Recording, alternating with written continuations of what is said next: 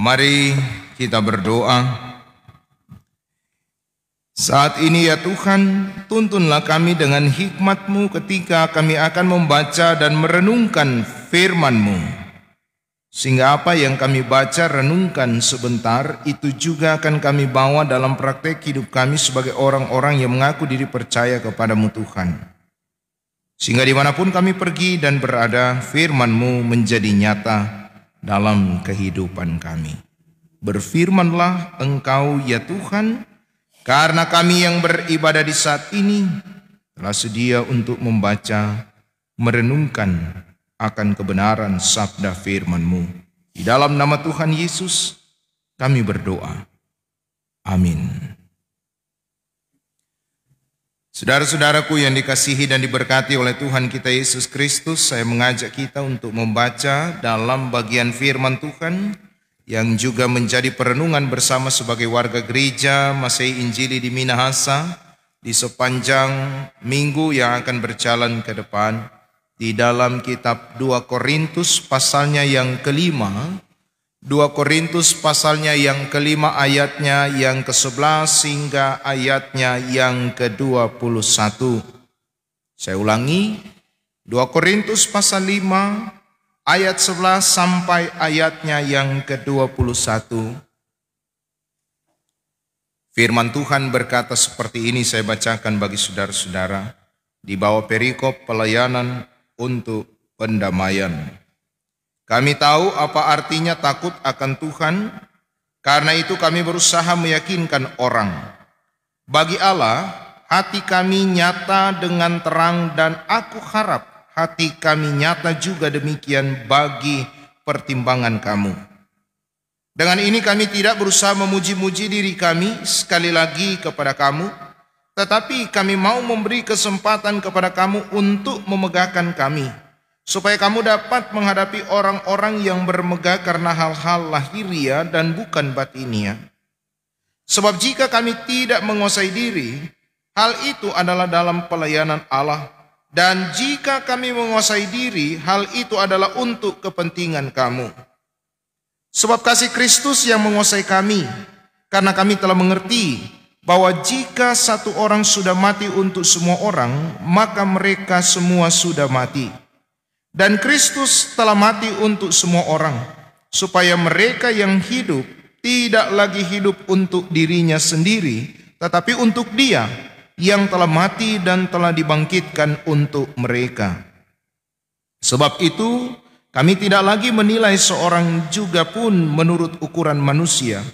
Dan jika kami pernah menilai Kristus menurut ukuran manusia, sekarang kami tidak lagi menilainya demikian. Jadi siapa yang ada di dalam Kristus, ia adalah ciptaan baru. Yang lama sudah berlalu, sesungguhnya yang baru sudah datang. Dan semuanya ini dari Allah, yang dengan perantaraan Kristus telah mendamaikan kita dengan dirinya dan yang telah mempercayakan pelayanan pendamaian itu kepada kami. Sebab Allah mendamaikan dunia dengan dirinya oleh Kristus dengan tidak memperhitungkan pelanggaran-pelanggaran mereka. Ia telah mempercayakan berita pendamaian itu kepada kami. Jadi kami ini adalah utusan-utusan Kristus. Seakan-akan Allah menasihati kamu dengan perantaran kami. Dalam nama Kristus kami meminta kepada kamu, berilah dirimu didamaikan dengan Allah. Dia yang tidak mengenal dosa telah dibuatnya menjadi dosa karena kita, supaya dalam Dia kita dibenarkan oleh Allah. Demikian pembacaan firman Tuhan. Diberkatilah kita yang membaca dan akan salam dalam kasih Tuhan Yesus Kristus. Shalom aleichem. Amin. Terpujilah Tuhan yang boleh menyertai kita sehingga sampai hari ini. Pendeta ada baca di status Facebook, ada seorang yang berstatus, selamat tinggal, selamat jalan Om Agus, dan selamat datang Om Ber. Maksudnya apa? Oh ternyata so lewat tuh Agustus, so masuk di September, di bulan Berber kata. Oh jadi Om Ber kata selamat datang. Juga menjadi tanda semangat baru bagi semua bapak-bapak karena Desember so dekat. Semulai bagambar ibu-ibu, semulai jarancang. Berapa toples ini? Kan sudah pandemi ini, seboleh aku pasiar. Nah, mungkin ada juga yang masih tersisa yang tahun lalu punya. Nyanak diki habis, karena memang di tahun 2021 orang masih dalam suasana pandemi. Kan? Kalau ini kan seboleh aku pasiar. Nah, apalagi ini mau bawa pengucapan. Ini September ini kan pengucapan bersama Kang. Nah, tahu kalau Bitung mau babeking paling ya seberapa yang mungkin merayakan itu. Karena ada orang bilang, ini kok soalnya nak mau bawa pengucapan ini. Semua hari Natal ini yang persiapan tahun baru. Karena di berber kata ya. Nah saudara-saudara yang dikasihi dan diberkati oleh Tuhan Yesus Kristus, sampai pada saat ini berita perdamaian atau seruan untuk berdamai tetap diserukan dan digaungkan. Tetapi seruan dan gaung ini terasa jauh sekali. Contoh di mana-mana masih terjadi perselisihan. Di mana-mana masih terjadi pertikaian. Di mana-mana masih sulit orang berdamai. Kalaupun dia berdamai hanya sesaat, tetapi kemudian dia membangun lagi permusuhan antara satu dengan yang lainnya. Nah, saudara-saudara, pada dasarnya manusia tercipta berbeda-beda. Ya. Walaupun di mata Tuhan kita sama.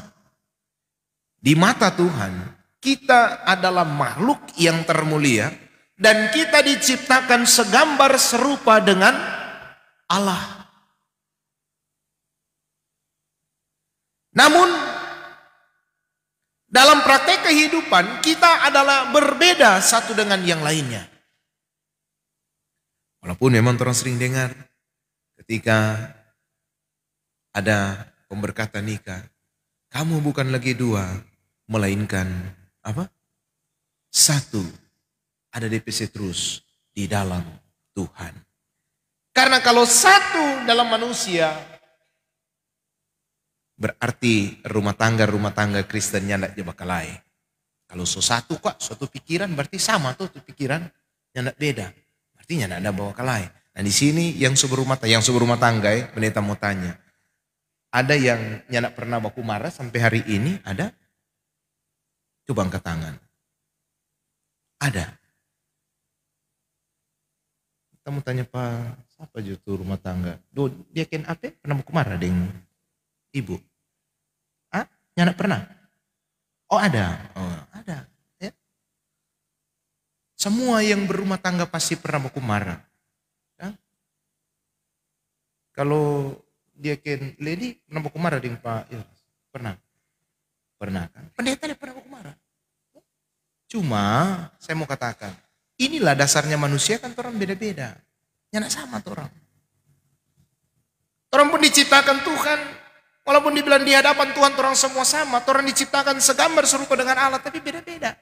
Ada yang lahir kemari tinggi. Ada yang lahir kemari semampai. Semeter tak sampai sama dengan pendeta. Ada yang lahir hidungnya mancung. Ada yang lahir DP hidungnya terlalu mancung sama dengan pendeta. Jadi ini beda. Pada dasarnya memang orang berbeda. Namun di balik setiap perbedaan ini kita dituntut bagaimana kita mampu untuk saling menerima satu dengan yang lainnya. Nah sehingga dalam realita kehidupan yang ada orang yang suka berdamai, ada orang yang suka menerima satu dengan yang lainnya, namun ada juga orang yang suka perang, alias suka berselisih.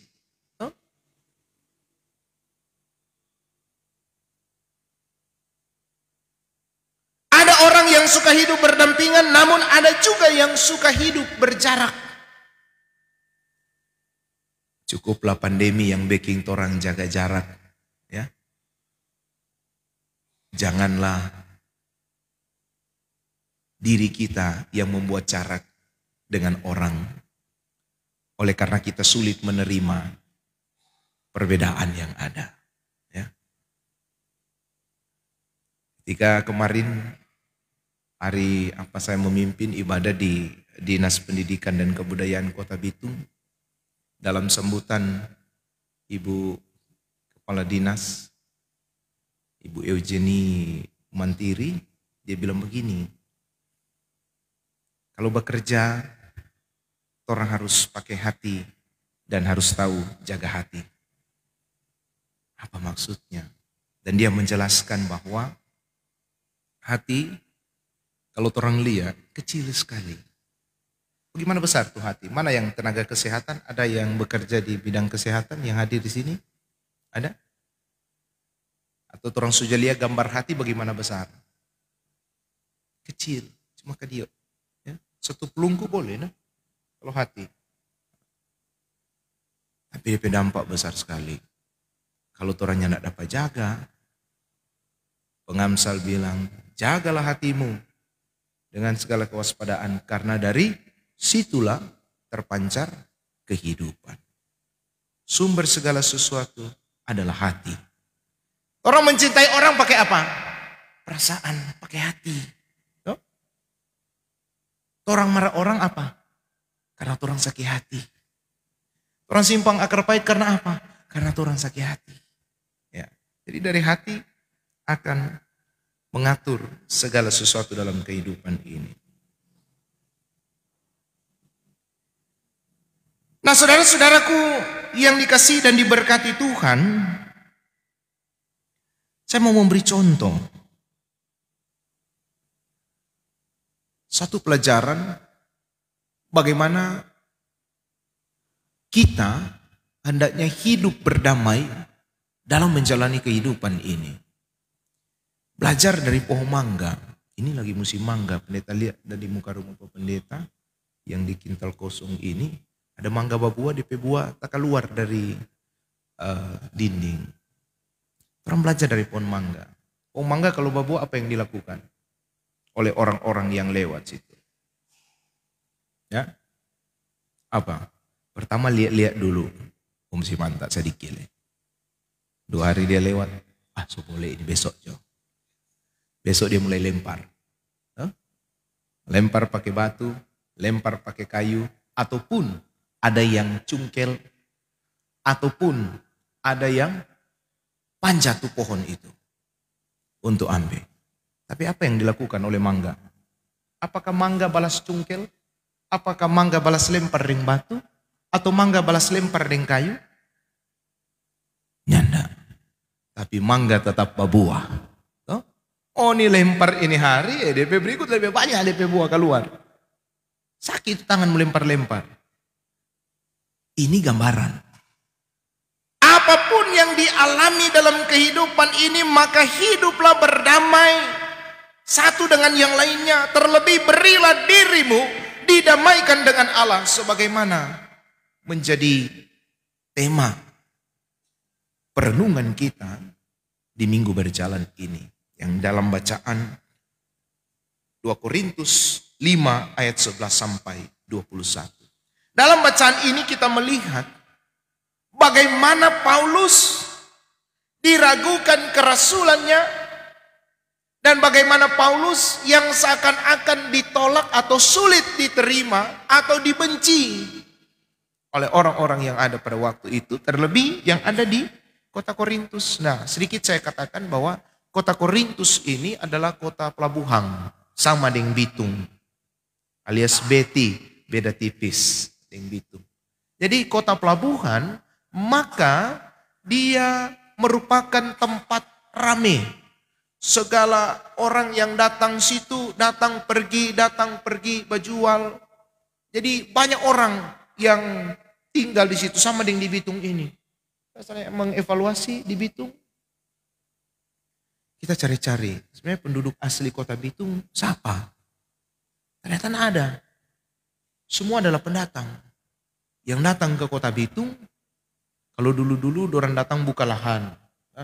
Dulu-dulu ada orang Minahasa datang buka lahan. Mereka orang Minahasa nyandak tahan karena ya keahliannya kan bertani. Dia coba-coba bercocok tanam di Bitung ini susah karena ya mungkin struktur tanah yang berpasir tuh kalau di Bitung ini. Nah jadi orang Minahasa pulang. Nah datanglah orang-orang dari Nusa Utara. Mereka punya keahlian untuk di pantai mencari ikan dan mereka hidup dari itu. Nah, makanya mereka tinggal dan menetap di kota Bitung yang kemudian berkembang menjadi kota pelabuhan, kota industri. Banyak orang-orang datang untuk bekerja, banyak orang-orang berinvestasi untuk usaha di kota Bitung ini. Ya, akhirnya maka berbaurlah dari segala etnis suku yang ada di kota Bitung ini. Nah, ini Korintus, beda tipis DP kota. Ada banyak orang datang. Nah, Paulus seakan-akan sulit diterima. Tetapi Paulus sebagai pribadi yang telah berdamai dengan Allah dan berdamai dengan dirinya, maka yang dilakukannya tidak membalas kejahatan dengan kejahatan, tetapi membalas sesuatu dengan kasih sebagaimana Kristus meneladankan. Lewat kasih yang tulus, tanpa membedakan si A dan si B. Ya. Dan oleh karena itu saudara-saudaraku, dalam bacaan firman Tuhan saat ini, Paulus dengan tegas mengatakan bahwa damaikanlah dirimu dengan Allah. Kenapa mesti damaikan diri dengan Allah? Karena ketika kita berdamai dengan Allah, kita memahami akan karya keselamatan Yesus Kristus dan apa yang telah diajarkan oleh Yesus Kristus, maka kita mampu untuk berdamai dengan diri kita sendiri dan kita mampu untuk berdamai dengan orang lain. Jadi sebelum berdamai dengan orang lain, berdamai dulu dengan diri sendiri. Ya. Nah, bagaimana? Apa maksudnya cara berdamai dengan diri sendiri? Yaitu berdamai untuk tidak marah-marah. Berdamai untuk tidak membenci. Berdamai untuk tidak menjelekkan orang lain. Ya. Berdamai untuk mengasihi orang lain. Jangan kok sama dengan itu pendeta aja bilang kalau di ibadah duka ada orang begini. Dia berdamai no. Dia bilang sudah pendeta. Karena ada urus di muka pendeta. Dia bilang sudah pendeta. Kita so kasih maaf Pak. Misalnya tapi kakak atau tapi adik. Atau tapi om tapi tante. Mari pendeta sungguh mati. Sampai mati kita sudah bicara akang. Oh bagaimana itu? Ada orang seperti itu. Berarti dia belum berdamai dengan diri sendiri. Ketika kita berdamai dengan diri sendiri, berdamai dengan Allah, maka kita berani untuk melepas pengampunan dan berani untuk menerima keberadaan orang itu dalam segala kelebihan dan kekurangan. Ingat, yang sempurna adalah Tuhan. Orang manusianya tidak ada yang sempurna. Ya. Manusia tidak pernah luput dari salah dan dosa. Manusia tidak pernah tidak melakukan kesalahan. Pasti ada kesalahan. Tetapi manusia juga pasti pernah melakukan kebaikan. Sehingga pendeta selalu bilang, di balik setiap banyak kesalahan yang dibuat oleh manusia, pasti ada kebaikan yang pernah dia buat. Begitu juga sebaliknya.